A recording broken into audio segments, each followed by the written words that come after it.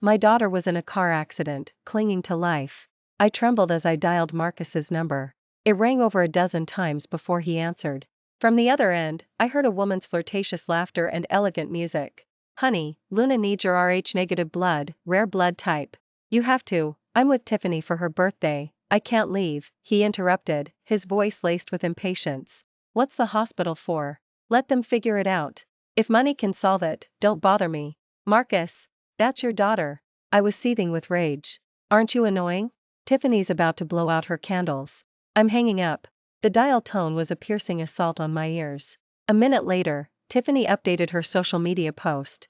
A yacht, a candlelight dinner, Marcus holding her as they cut the cake. The caption read, "Thank you, Mr. Marcus, for the most perfect birthday."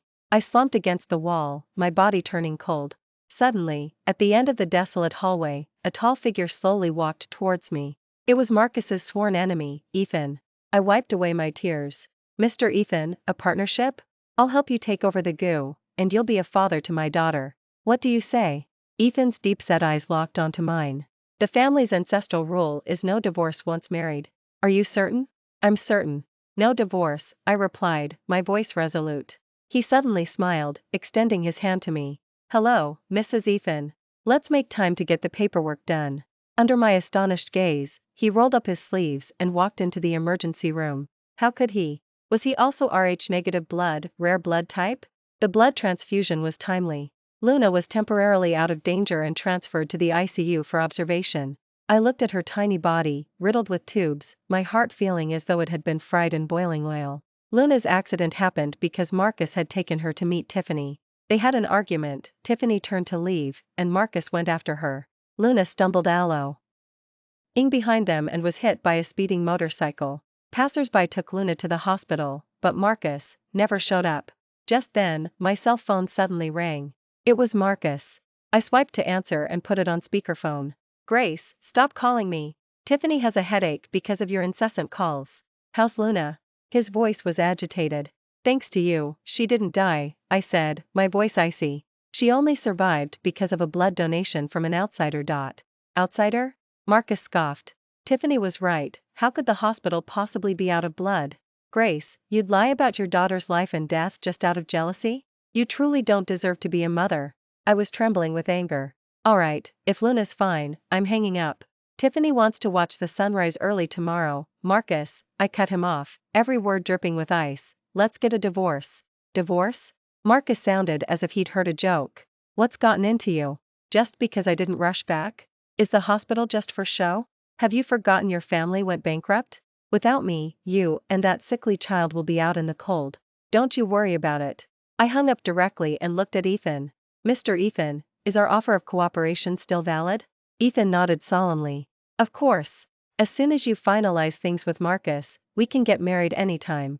I gazed at Ethan's chiseled, handsome face and determined eyes, feeling a strange sense of familiarity for some reason. Luna stayed in the ICU for half a month.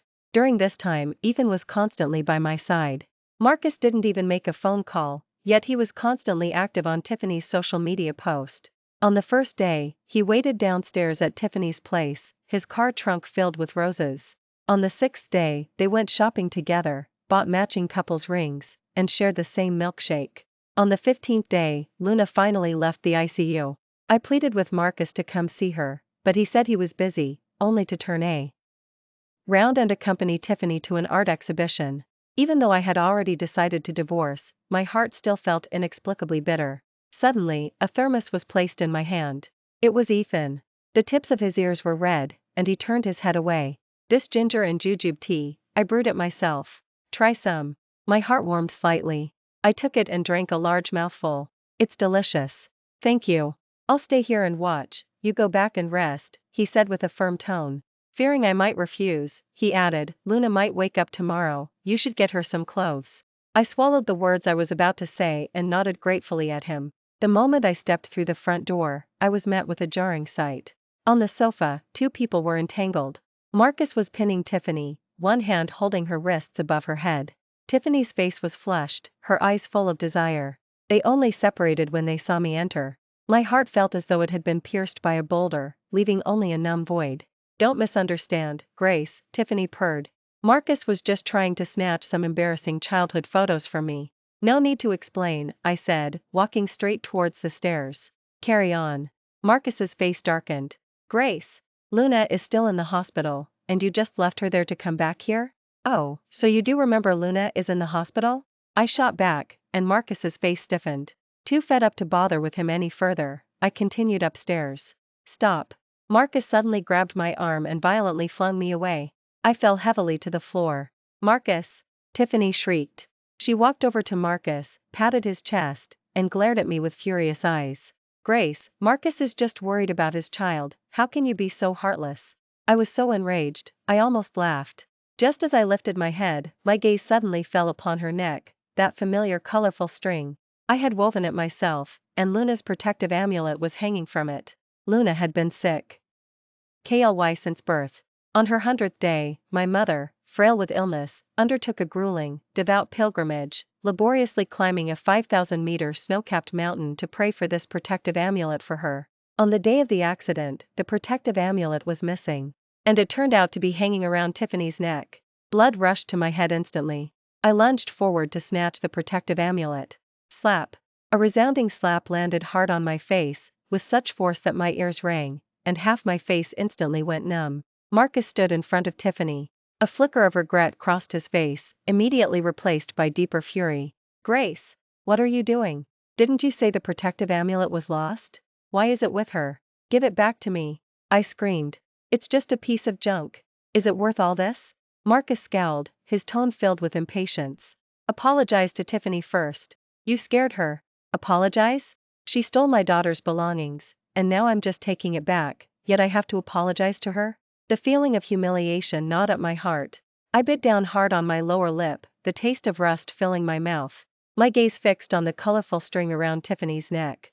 I walked up to her, bent 90 degrees, and said, I'm sorry. Tiffany immediately recoiled into Marcus's arms, her voice trembling. Marcus! I'm scared. She took Marcus's hand and pressed it to her chest. My heart is beating so fast. Marcus hugged her protectively, his eyes turning cold as he looked at me. Get on your knees and apologize properly to Tiffany. Get on your knees. Those two words were like a key, instantly unlocking the floodgates of my memory. I remembered, this wasn't the first time I had been ordered to kneel before Tiffany. When I was almost 8 months pregnant with Luna, Tiffany suddenly showed up at our door, claiming she was also pregnant and wanted to exchange tips.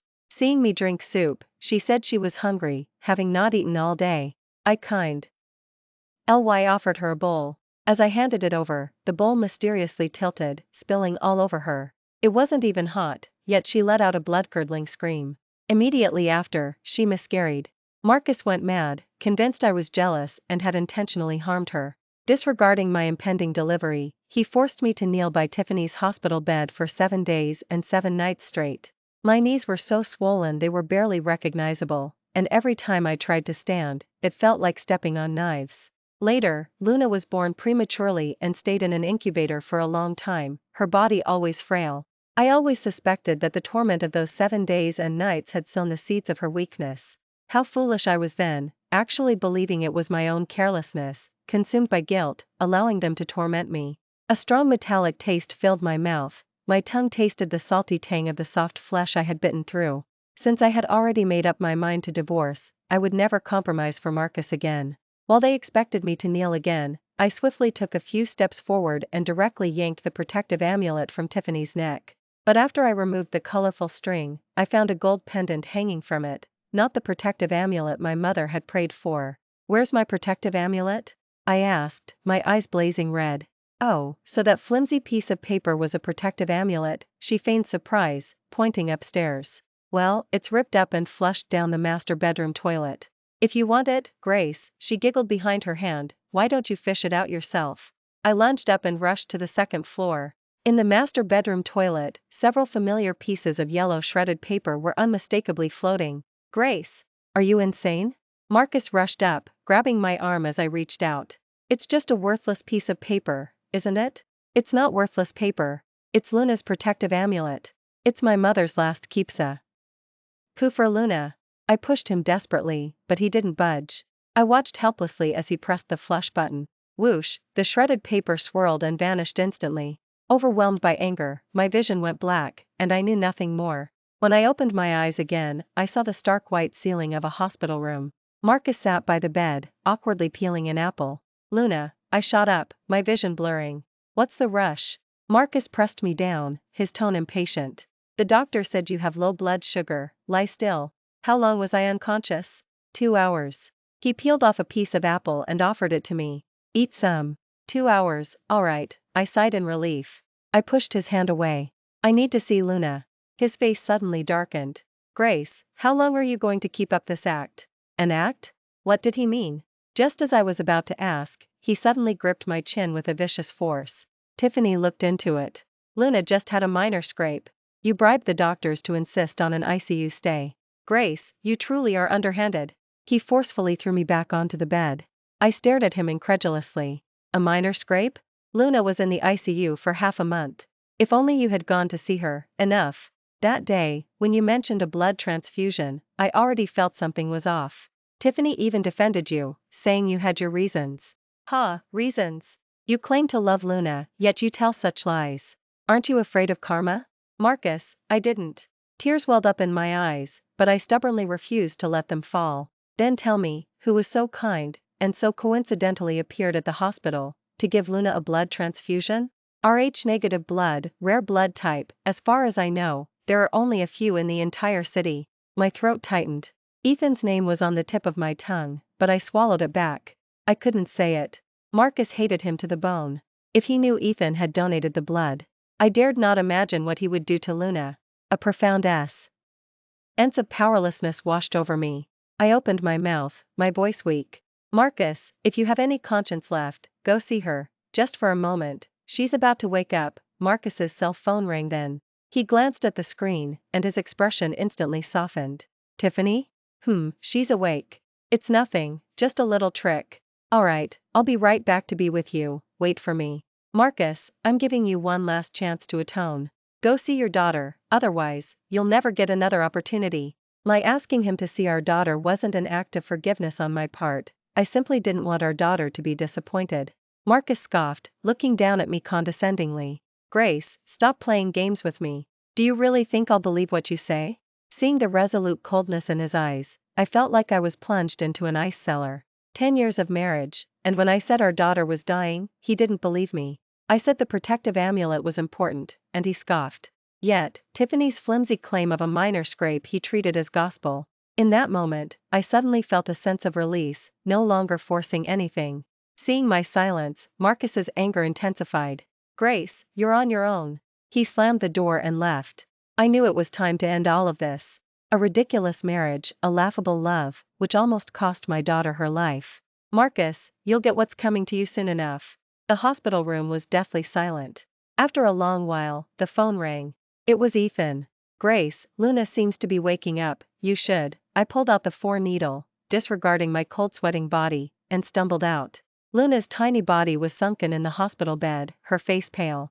I sat beside her, gently stroking her forehead with my fingers. My thoughts uncontrollably drifted back to that auction 10 years ago. The auction for my family's bankruptcy liquidation. Back then, I stood below the stage, helplessly watching my parents' hard-earned family business being auctioned off piece by piece to strangers. I paid no mind to anything else, my gaze fixed anxiously on an inconspicuous diamond ring, my parents' token of love. Before my father died, I had promised him I would redeem it and give it to my mother myself. But Taylor, who had caused my family's bankruptcy, deliberately drove up the price against me. I watched as a ring worth only a few $1,000s soared to $2 million. I closed my eyes in despair, utterly disheartened, even contemplating death. Marcus made a grand public declaration of devotion for me. Facing the crowd, he made that arrogant gesture. Anyone who dares to bid against me is going against Marcus. The entire hall erupted in an uproar. No one could have imagined that young Gu, known for his aloofness, could go to such lengths for a woman. Later, he took that ring and proposed on the spot. In that moment, he was like a deity stepping out of light, instantly captivating me. A small hand suddenly touched my cheek, a faint voice whispering, "Mommy, don't cry." I sharply looked down. Luna was awake. Her small face was pale, her eyes half open, trying to look at me. Luna. I gripped her cold little hand. Mommy's here. Mommy's here. Her lips were chapped, her voice barely a whisper. Where's Daddy? I want Daddy. My heart felt like it had been struck by a heavy hammer. Daddy is busy, my throat tightened. No. Luna suddenly became agitated, her breathing quickening. Daddy, he said in my dream he didn't want Luna anymore. I want to find Daddy. Daddy. The medical equipment alarm shrieked. Nurses rushed in to calm her. Okay. Okay. Mommy will take you to find Daddy. I hastily agreed, putting aside all my plans. Ethan's gaze was profound. I'll take you. I entered the password and opened the door. The living room was a mess. High heels, stockings, and a man's shirt were strewn everywhere. The air was filled with a perfume scent that wasn't mine. Luna's eyes lit up, and she struggled to get down. Daddy? No one answered. Daddy's not here. Let's go. I held her tighter and turned to leave. Daddy! Luna cried out towards the stairs. So noisy. Tiffany appeared, wrapped in a bathrobe, her hair disheveled, her face full of malice. What's that little brat wailing about? Luna flinched in fear, shrinking into my arms. Tiffany approached, her sharp fingernail poking Luna's forehead. You wretched thing. Just as annoying as your mother. I swung my hand back and slapped her. Ah! Tiffany shrieked, clutching her face. Grace! Marcus, clad only in a towel, stormed down the stairs, his eyes blazing with fury. He roughly pushed me aside, and Luna almost fell from my arms. She called Luna a little brat. I held my child tighter. I didn't, Grace. How could you accuse me? Tiffany instantly burst into tears. Daddy, don't hit Mommy. Luna struggled out of my embrace, spreading her arms to shield me. Though small and physically weak, she stood firmly in front of me now, like a mother hen protecting her chick. Marcus glanced at her. Luna, you tell me. That auntie was mean. Luna pointed at Tiffany. Marcus's gaze instantly turned dangerous. Luna, how could you also learn to lie? Marcus, I stepped forward to intervene but was tripped by Tiffany, falling heavily to the ground, my teeth cutting my lip. Luna screamed and cried, struggling to reach me. Mommy, I want Mommy. Daddy is bad. Luna doesn't want Daddy anymore. Sniffle sniffle, enough. Marcus impatiently waved his hand. Grace, look at what you've taught our daughter. Today, you will learn what discipline means. His face hardened, and he picked up Luna, heading towards the basement. I hurried after him, watching helplessly as he locked Luna in the basement.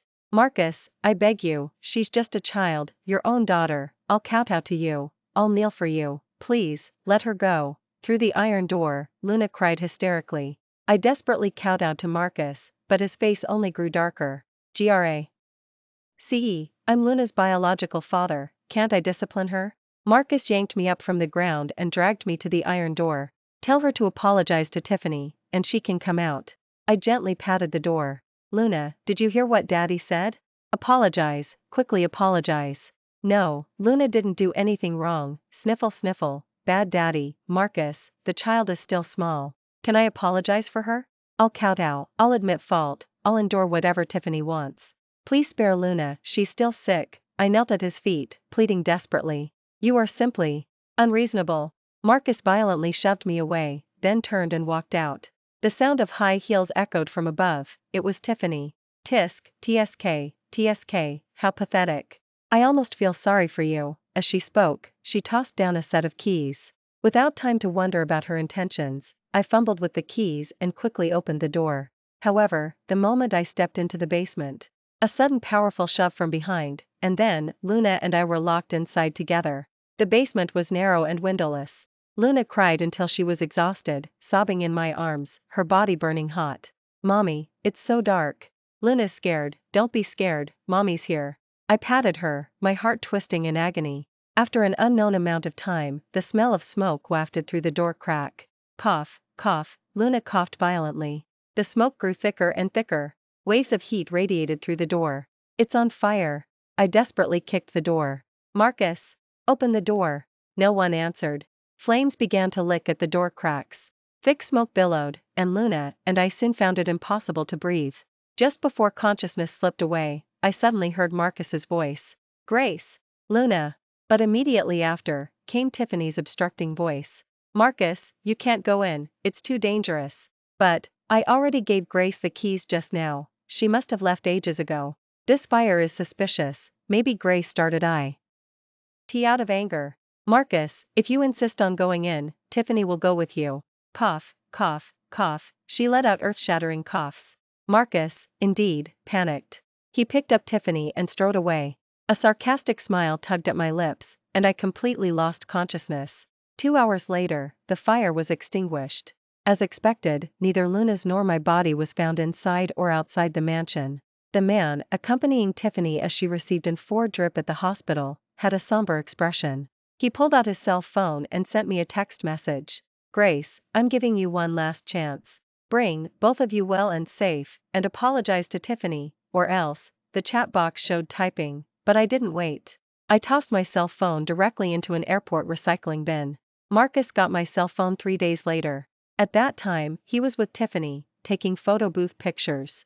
He didn't particularly like those silly things, but since Tiffany insisted, he didn't mind. A memory suddenly flashed in his mind. The young woman, holding their marriage certificate, cautiously asked him if they could take wedding photos. He merely frowned slightly. Yet, the young woman reacted as if burned, repeatedly saying it wasn't necessary. Grace had always been very considerate and sensible. At least, before Tiffany returned to the country. But, never mind, women are always petty. He decided not to dwell on her setting the house on fire. As long as she admitted her mistake, he could take her to get wedding photos. And bring Luna. As he was thinking this, the housekeeper brought him a cell phone. Young Madame's cell phone was found at the airport. Humph, she's even learned to run away. It seems she knows she was wrong, Marcus said with a relieved smile. Where did she go? When is she coming back? The housekeeper's face stiffened. Madam, her whereabouts are unknown.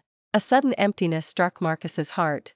He stood up and grabbed the housekeeper's collar. What did you say? Say it again. The housekeeper's face was beet red from being choked, and he squeezed out a voice from his throat. Madam, private jet, whereabouts unknown. Marcus's pupils contracted sharply, his heart pounding like a drum. Impossible. How could this be? How dare she? A private jet, her family went bankrupt. Who? Who took her away? His eyes were bloodshot, like an enraged lion. Go find her. Investigate. You have 24 hours to bring her back to me. The housekeeper, startled, stumbled back a few steps and quickly went to arrange personnel. Marcus stood there, then suddenly slammed his fist against a pillar, blood gushing out. Tiffany gasped. Marcus! Marcus snapped back to reality. Seeing her startled expression, he quickly put his hand behind his back and said softly. Something came up at the company, Tiffany. You should head home for today. But, Tiffany pouted discontentedly. Marcus, you promised you'd take me to the aquarium later. A wave of irritation washed over him. Marcus suppressed his displeasure and handed her a black card. Then you go shop first, I'll join you later. He turned and walked away, completely ignoring Tiffany's calls from behind him. 24 hours passed, and the housekeeper still hadn't found anyone. 3 days, then half a month went by. Grace and Luna seemed to have vanished without a trace, with no basic spending records to be found. Marcus stayed in the mansion. It was a scorched wasteland, with only a solitary tent, which he had set up temporarily, standing amidst it. Maybe one day, when Grace was tired of playing around, she would bring Luna home. Marcus couldn't help but fantasize. On the day the mother and daughter had been missing for a full month, the housekeeper delivered a document. Young, I think you need to see this. Marcus took it. It was Luna's hospital treatment records. A thick stack of files meticulously documented Luna's journey from the car accident, clinging to life, through several life-or-death struggles in the ICU. Severe bleeding, coma, every word burned into his retina like a red-hot iron. A critical condition notice had been issued no less than 5 times. How could this be a minor scrape?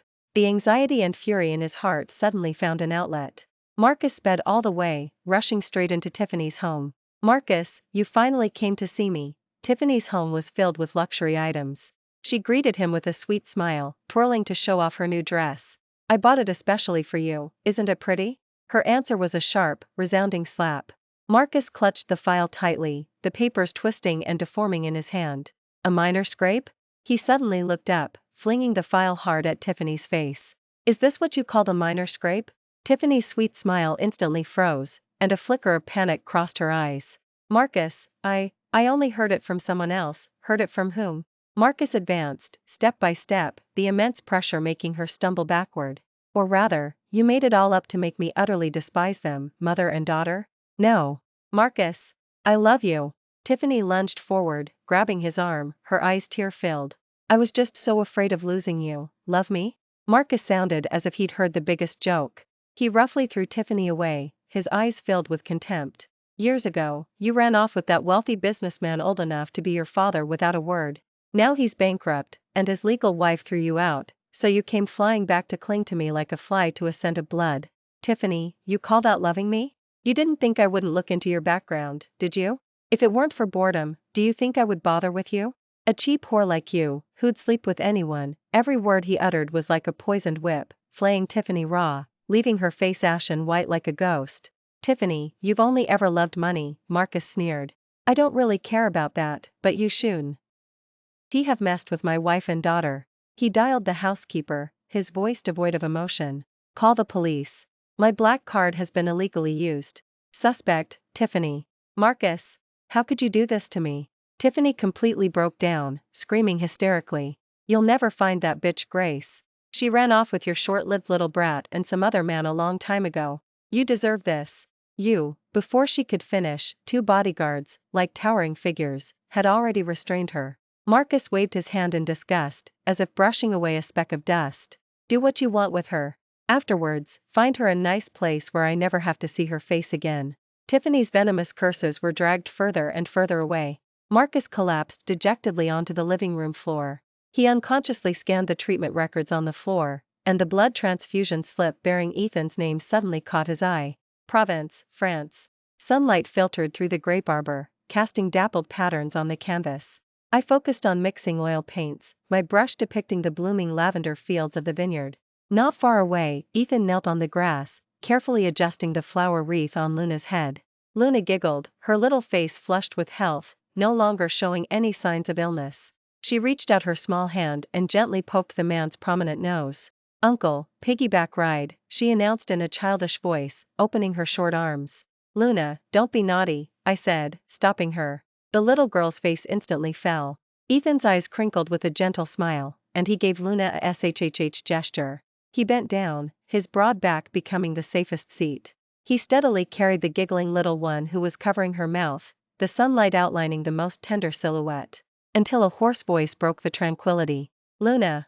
Marcus, like a cornered beast with nowhere left to go, stumbled into the vineyard. He was unshaven, his expensive suit covered in dust. His bloodshot eyes were fixed on the small figure on the grass, swirling with the wild joy of rediscovery and profound regret. Luna. Daddy's here. He spread his arms, stumbling as he rushed towards her. Luna's laughter abruptly ceased. Her small body stiffened, like a startled fawn, as she tightly clutched Ethan's neck. Her eyes, when they met Marcus's, were filled with unfamiliar fear. Marcus's steps froze in place, and his outstretched hand hung stiffly in the air. He turned to me with difficulty, his voice trembling uncontrollably. Grace, she tricked me. I didn't know anything. Luna was so badly hurt. I'm a bastard. I deserve to die. He frantically slapped himself, regret almost drowning him. I dealt with Tiffany. I made sure Marcus. I put down my paintbrush, my voice calm and steady. Let's get a divorce. 5 words, light as a feather, yet they crashed down like 5 towering mountains. The last trace of color drained from Marcus's face. No. I won't divorce. Grace, I know I was wrong. I truly know I was wrong. He desperately tried to grasp my hand, but I skillfully evaded him. Rolling up his sleeves, his arms were covered in blue and purple bruises. Look, I've stored so much blood for Luna. Rh-negative blood, rare blood type. Enough for her to use for a very long time. I'll transfer all my assets to you. The company, the houses, everything.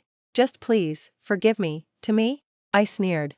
Mr. Marcus, before you came, didn't you check your accounts? Or perhaps the Goose documents? I took out my cell phone and handed him an electronic document. In black and white, stark and chilling, Goo's largest and new CEO, Grace. Marcus was struck as if by lightning. He stared intensely at the document, muttering, impossible. Why? Grace, we clearly loved each other so much. Stop joking, I interrupted, my gaze turning to Luna, who was being gently comforted by Ethan. Marcus, when exactly did you ever dare to say you loved me, or loved Luna? Was it when you hung up my emergency call for Tiffany? When you forced me to kneel before Tiffany and broke my finger? Or when you knew Luna and I were trapped in a burning building, yet chose to carry Tiffany away? Marcus's body swayed violently. Sign it, I said calmly. If you sign, you can still be Luna's biological father. If not, we are enemies. Enemies, Marcus repeated, bewildered, as his vision swam. A thick, metallic sweetness surged in his throat. His body swayed, and he completely sank into darkness. I stood there, watching the man who had once occupied my entire world collapse, without a single ripple of emotion in my heart. Ethan contacted a family doctor. The doctor said that Marcus's health was very poor due to severe blood loss and prolonged malnutrition. Fortunately, the International Cross had ample Rh-negative blood, rare blood type, recently, barely saving his life. When he woke up again, I was sitting by the bed, holding the divorce papers. Marcus struggled to sit up, pulling at the 4-needle, and gasped in pain. He stared at me greedily, his voice hoarse like sandpaper. "Grace, you came to see me?" "I knew it. Good that you're awake," I said, handing him the papers, my tone as flat as if stating the weather. "Sign them. It'll be better for you, and for Luna." The light in Marcus's eyes instantly extinguished. He looked at me, then at Ethan, who stood at the door like a guardian, and finally, his gaze fell on the 4-line on his hand. He suddenly let out a low laugh, a desolate and desperate sound that sent shivers down my spine. "All right." He closed his eyes, hot tears rolling down his cheeks. "I'll sign." A month later, in Sterling City, at City Hall, I walked down the cold steps alone, clutching the freshly issued divorce papers. "Grace!" Marcus called out to me. "Will I still be able to see Luna in the future?" "Of course," I paused. "Once she's grown up." Marcus nodded gratefully. I walked towards the car when suddenly, a heavily up woman with frenzied eyes burst out from the side. "Grace! Die!" Her shrill shriek was like nails scraping glass, accompanied by a flash of cold light. It was Tiffany. She clutched a kitchen knife, stabbing maniacally towards my heart. It happened so fast. I couldn't react, my body frozen in place. In the nick of time, a figure suddenly lunged from behind, slamming into me with all their might. A muffled thud, the sound of a blade piercing flesh. Time seemed to stand still. I stumbled, regaining my footing, my heart pounding, looking up in shock. Marcus was shielding me. The hilt of the knife was quivering, lodged in his chest. Blood, like uncontrolled paint, instantly bloomed across his pristine white shirt, a shocking, blinding crimson. Tiffany was pinned to the ground by several bodyguards, screaming hysterically. The scene was pure chaos. Kind-hearted passers-by were already calling the police. Marcus staggered, but didn't fall. He painstakingly turned his head to look at me, a smile, almost of relief, spreading across his face. This time, I wasn't late. Before he could finish, his body gave out, and he collapsed heavily backward. "Marcus!" I instinctively rushed forward, catching his falling body. Warm, sticky blood instantly soaked my palms, frighteningly hot. Marcus lay in my arms, his eyes already glazing over, yet he stared at me with stubborn resolve. His breath was faint, and he squeezed out a few final syllables. "I'm sorry, Grace. I still love you." The hand that tried to caress my cheek ultimately dropped, lifeless, hitting the cold ground. Sharp police sirens wailed, growing louder, tearing through the suffocating silence. I knelt numbly on the cold ground, Marcus's body rapidly losing warmth in my arms. A single, searing tear suddenly dropped without warning. Marcus's funeral was held on a rainy day. The ceremony was brief and solemn. Dressed in black, I brought Luna to bid farewell to her father. After the service, Ethan opened a large black umbrella, silently holding it over my head. His other hand held Luna's innocent one securely. "Let's go," he murmured, his voice soft yet reassuring. The car didn't head back to the bustling city. Instead, it drove along the wet highway, towards the outskirts. Finally, it stopped in front of a European-style estate, covered in withered vines and bearing the heavy marks of time. My heart skipped a beat. This estate. It was my childhood home. The ancestral house that was ruthlessly auctioned off after the Shin family went bankrupt. Ethan pulled out a key and inserted it into the lock of the heavy, verdigris-covered carved front door. With a long, creaking sigh, the door opened. Time seemed to flow backward at that moment. In the courtyard, the old oak tree my father had planted with his own hands was still lush and green. In the entryway, the ceramic vase from which I'd accidentally chipped a piece of glaze stood silently in its familiar spot. Above the fireplace hung my mother's favorite oil painting from when she was alive. "This is." My fingertips trembled as I pointed to the room, identical to how I remembered it, staring at Ethan in disbelief. "At the auction back then, I bought everything, intending to give you a surprise." A bitter smile touched his lips. "But I only stepped out to take a call. When I came back, I saw you had accepted his ring." He paused, then added, but fortunately, after all these twists and turns, fate still brought you back to me. His voice was soft, yet it landed heavily on my heart. Fate plays cruel tricks. I stood rooted to the spot, speechless for a long time. From the courtyard, Luna's bell-like laughter drifted in. She didn't understand the complexities of adults, running through the courtyard like a joyful fawn, just as her mother once had. I took a deep breath of the cool air, then reached out and took Ethan's broad hand. The hatred and pain of the past, like sand slipping through tightly clenched fingers, would eventually all drain away. The road stretching out before me, however, was still very, very long.